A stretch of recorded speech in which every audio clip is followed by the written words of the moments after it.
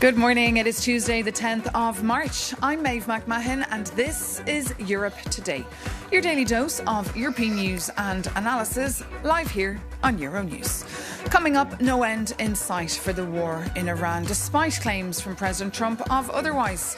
In a sign that the conflict is escalating on all fronts, Iranian missiles have been intercepted over Turkey, Qatar and the United Arab Emirates, while Israel continues to target Iran and Lebanon. There are reports of over 1,200 dead in Iran and almost 500 people in Lebanon, including 83 children. Meanwhile, US President Donald Trump has called the selection of Mojtaba Khamenei as the next Supreme Leader a, quote, big mistake. The son of the late Supreme Leader has already reportedly been injured. This as EU Foreign Policy Chief Kaja Kallas calls for a ceasefire to stop Lebanon from sliding into chaos.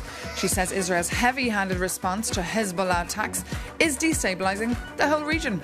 To bring us up to speed, Euronews has correspondents all across the region. For the latest from Doha, we can now cross over to Qatar and bring in our correspondent, Adel Halim.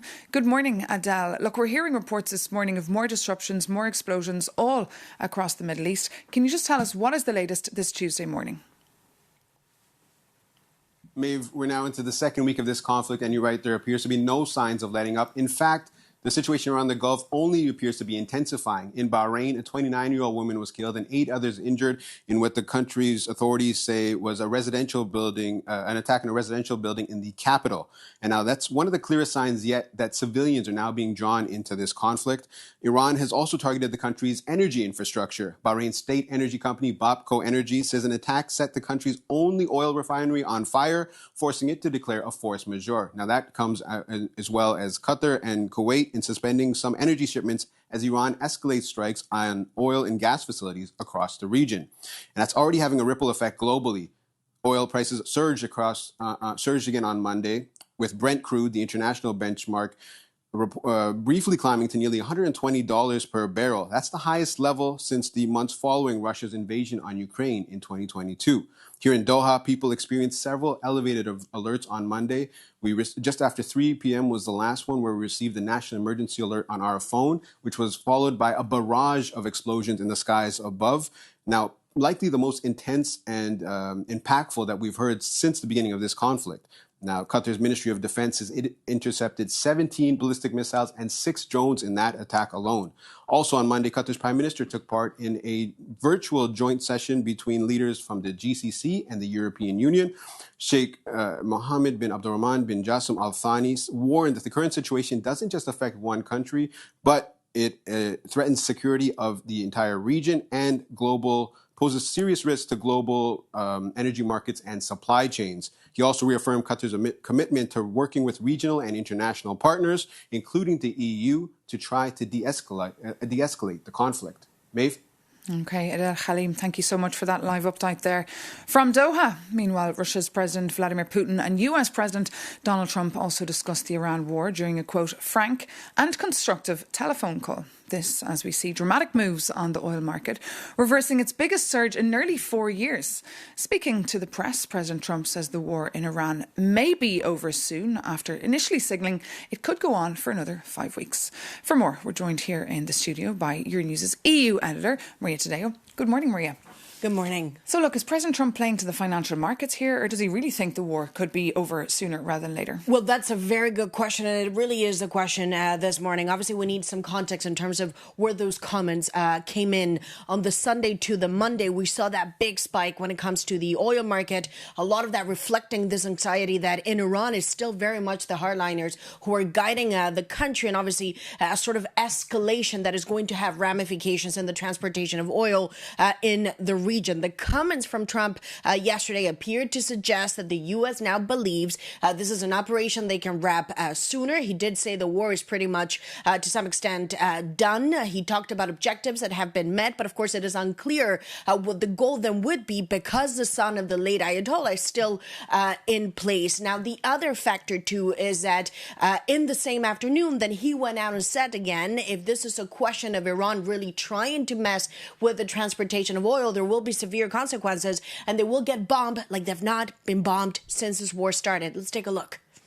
We're putting an end to all of this threat once and for all, and The result will be lower oil prices, oil and gas prices. But when the time comes, the U.S. Navy and its partners will escort tankers through the strait if needed. And if they do anything, the price will be incalculable. They'll never be able to recover, ever. And that's, of course, President Trump. But if you listen to the language, this is really a message to financial markets. He repeats and goes on about the price of oil. What will happen if they do anything that messes with the flow of oil? He is a president, and this is very particular and very important to understand when it comes to Donald Trump, is that he really monitors the stock market and he really monitors financial markets overall as this almost reflection of his performance. And this is a president who has said in the early days of the campaign for re-election that he wants to see stock markets up. So really, he likes to present himself as the all-time high for stocks in the U.S. and also very low energy prices. This is crucial in the U.S. The gas prices, this is something that is almost politically in the psyche of the U.S., incredibly important. So yesterday, those comments trying to reverse those losses that we saw in the early trading on the Monday and the spike in the oil. But what I would note, however, is that ultimately, Maeve, this is very simple. Either he manages a way to find the oil to flow and to move and to bring down prices, or ultimately this will just be a one-day message to bring down and intervene in energy markets. But ultimately, no question and no answers as to how is this operation really going to play out on the ground. And meanwhile, here in Brussels, we're having these emergency talks, remote emergency talks among EU leaders today, and also finance ministers are meeting yesterday and today. Yeah, so finance ministers met yesterday. There was also a G7 finance ministers call led by France, and today there will be a G7 energy ministers. And we also understand it's going to be a busy day on the phone, that there will be an EU leaders sort of debrief that is handled by Italy, Germany and Belgium. So it's this new sort of coalition that is emerging. Nonetheless, what is relevant from these calls is that ultimately there has been a signal that if it is necessary and needed, there could be operations to export or to escort tankers in the Strait of Hormuz. Obviously, that's a crucial point for geopolitics, but also the idea that there could be a release of strategic reserves. This is not the moment. That's what the French said yesterday, but a concern from the Europeans that you could enter a sort of stagflation scenario if global growth is impacted and you continue to see this spike in oil, which then reflects in inflation. So at this point, it is a sort of wait and see from the Europeans with concerns on the global economy. OK, and we've extensive reporting on all those meetings, of course, on yournews.com. Maria Tadeo, thank you so much for that update, as always. But now, moving on. In this context of an escalating war and a major oil supply disruption, MEPs are gathering in Strasbourg this week for a routine plenary session. To hear their views on the current state of play, we can actually cross now to the European Parliament in Strasbourg and bring in Euronews' Mairead Gwynne-Jones. Good morning, Mairead. Tell us, what is the view from Strasbourg there on the US-Israeli war on Iran? Yes, Maeve, good morning from the European Parliament. Now, this institution doesn't set the EU's foreign policy, of course, but traditionally it has taken a staunchly critical stance towards the Iranian regime. And to discuss more, I'm now joined by the chair of the Parliament's Iran delegation, MEP Hannah Neumann. Good morning. Let me start with this. Ayatollah Ali Khamenei has been killed in this war, only to be replaced by his son. Is this war doing anything, in your view, to help the Iranian people? Good morning from Strasbourg. And Ayatollah Khamenei was responsible for the death and the brutal repression for so many Iranians. So his death has sparked some hopes, but him being replaced with his son just signals a sign of continuity and of more repression. So this clearly is not what Iranians had hoped for. OK, and yesterday we heard Commission Chief Ursula von der Leyen saying there's two schools of thought here with this war. One saying this is a war of choice by the US and Israel, and the other saying, well, this is a war of necessity, this was needed. Where do you stand? Donald Trump promised that help is on the way to the protesters before he started this war. Right now, we see him, and I mean, some of you saw the press conference yesterday. It is quite unclear what his goals are, what his strategies are to get there.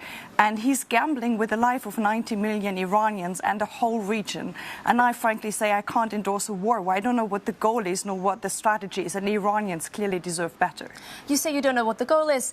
If it is regime change, is it right in your view to seek a change in the regime through force? it will be quite a difficult way to get to regime change. What is clear is that in the long run, regime change can only come from the inside. So when people from the Revolutionary Guards, from the army, defect, and when there's a broad coalition of people from inside and outside of Iran who represent the diversity of Iran, who really come up with a new vision for this country, this cannot come by bombs alone. And in this context, then, what can the EU do? We've seen quite a fragmented response. Spain and Slovenia outliers in the condemnation of the initial attack. What can it do to exert diplomatic leverage here and urge de-escalation? I think we have to indeed urge for de-escalation. The first thing is to work together with the Gulf countries. This is not our war, right? We have to deal with the consequences. And the same is true for the Gulf countries, even worse. So I think we should work together with the Gulf countries to push for de-escalation towards Trump and Israel, to clearly make them understand what they are gambling with and to tell us what their goals, what their strategies are, and then have a reasonable discussion, but also towards the Iranian regime, because the regime is going to fall. The question is how many of its own people and how much of the region are they dragging into the abyss, and I think we should make this as short as possible. OK, MEP Neumann, thank you so much. And Maeve, there will be a 3-hour special debate here in the Parliament tomorrow morning on the escalation situation in the Middle East. Back to you. OK, Mairead Gwynne-Jones, thank you so much for that live update there from Strasbourg. And also to your guest, the Green MEP Hannah Neumann. Now, just days after his appointment, Iranians are very much divided over their new Supreme Leader, Mojtaba Khamenei.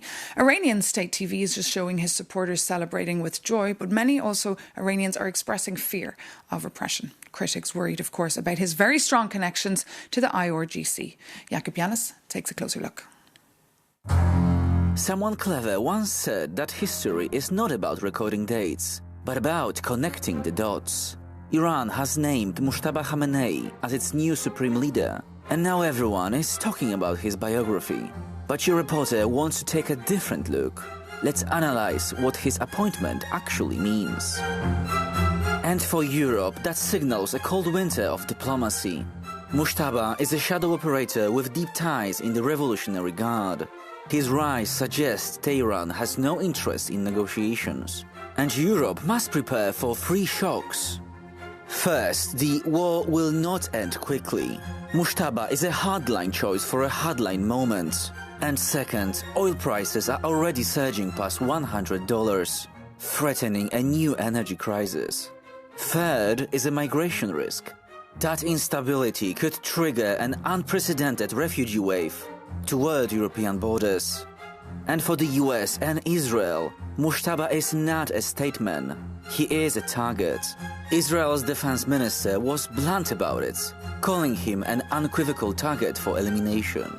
And for a man who lost his father, mother and wife in recent strikes, compromise with the US and Israel might be simply off the table. Finally, and most importantly, what does this mean for Iranians? For the people, this transition could feel like the ultimate betrayal of the 1979 revolution. Because after all, that uprising was meant to end hereditary monarchy forever. And Mojtaba inherits a nation in economic ruin, relying entirely on the military and hardline security forces to keep control. And after the recent bloody crackdown on the opposition, he isn't fighting for the Iranian people, but for the survival of the system. But one could ask, can a revolution survive by becoming the very thing it once overthrew?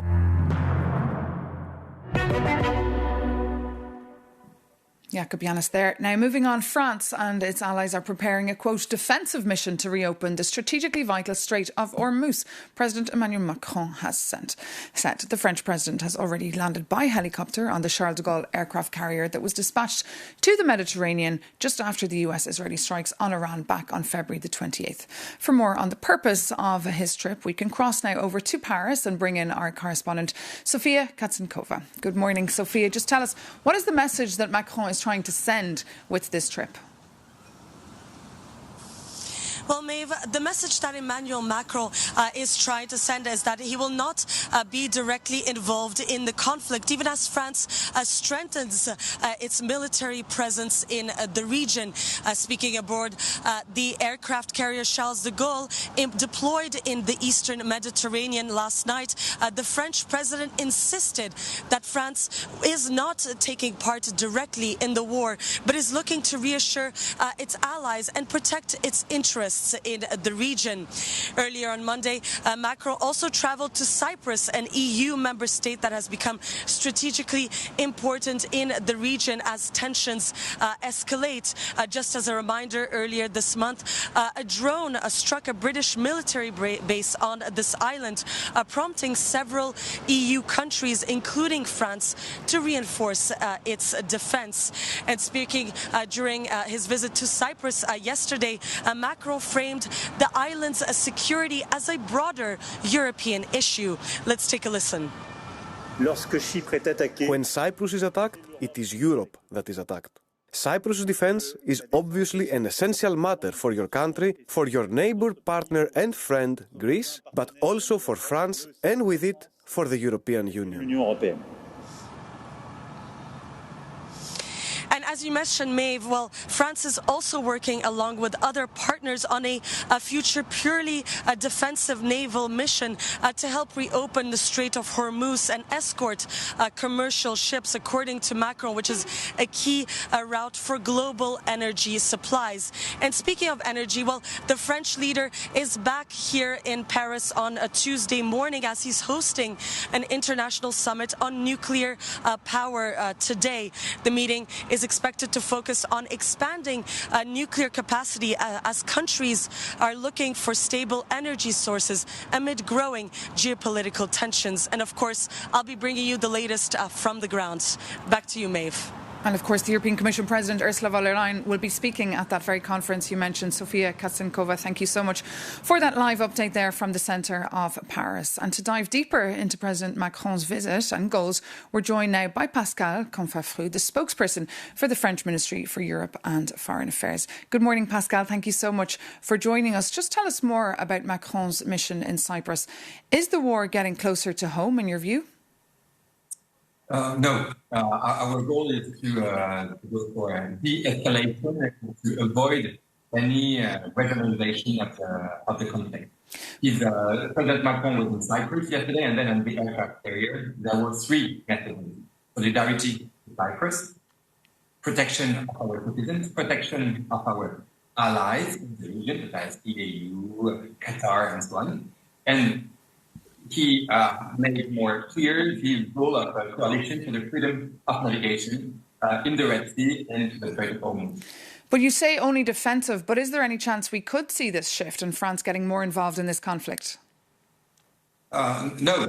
Once again, our position is that it's not our war.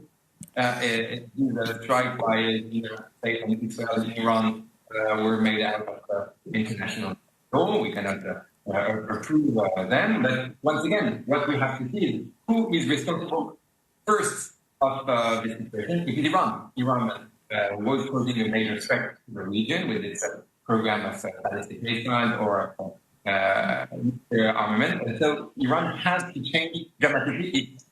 It's our message that we conveyed, and even conveyed directly when President Macron talked to President Pezeshkian of Iran during the week. So, Pascal, you're very critical of Iran, but is it time now to condemn the US and Israel? I mean, they started with good intentions, but now the situation is spiralling out of control.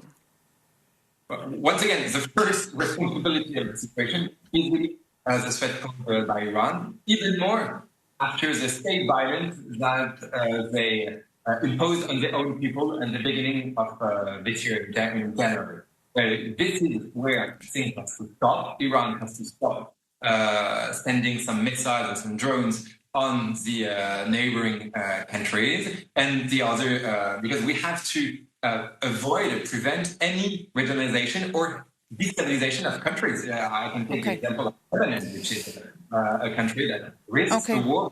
Pascal, OK, Pascal Confrafu, we'll have to leave it there. Thank you so much for joining us today on Europe Today here on Euronews. And thank you so much for watching. As always, for more news and analysis, do visit euronews.com. Take care and see you very soon here on Euronews.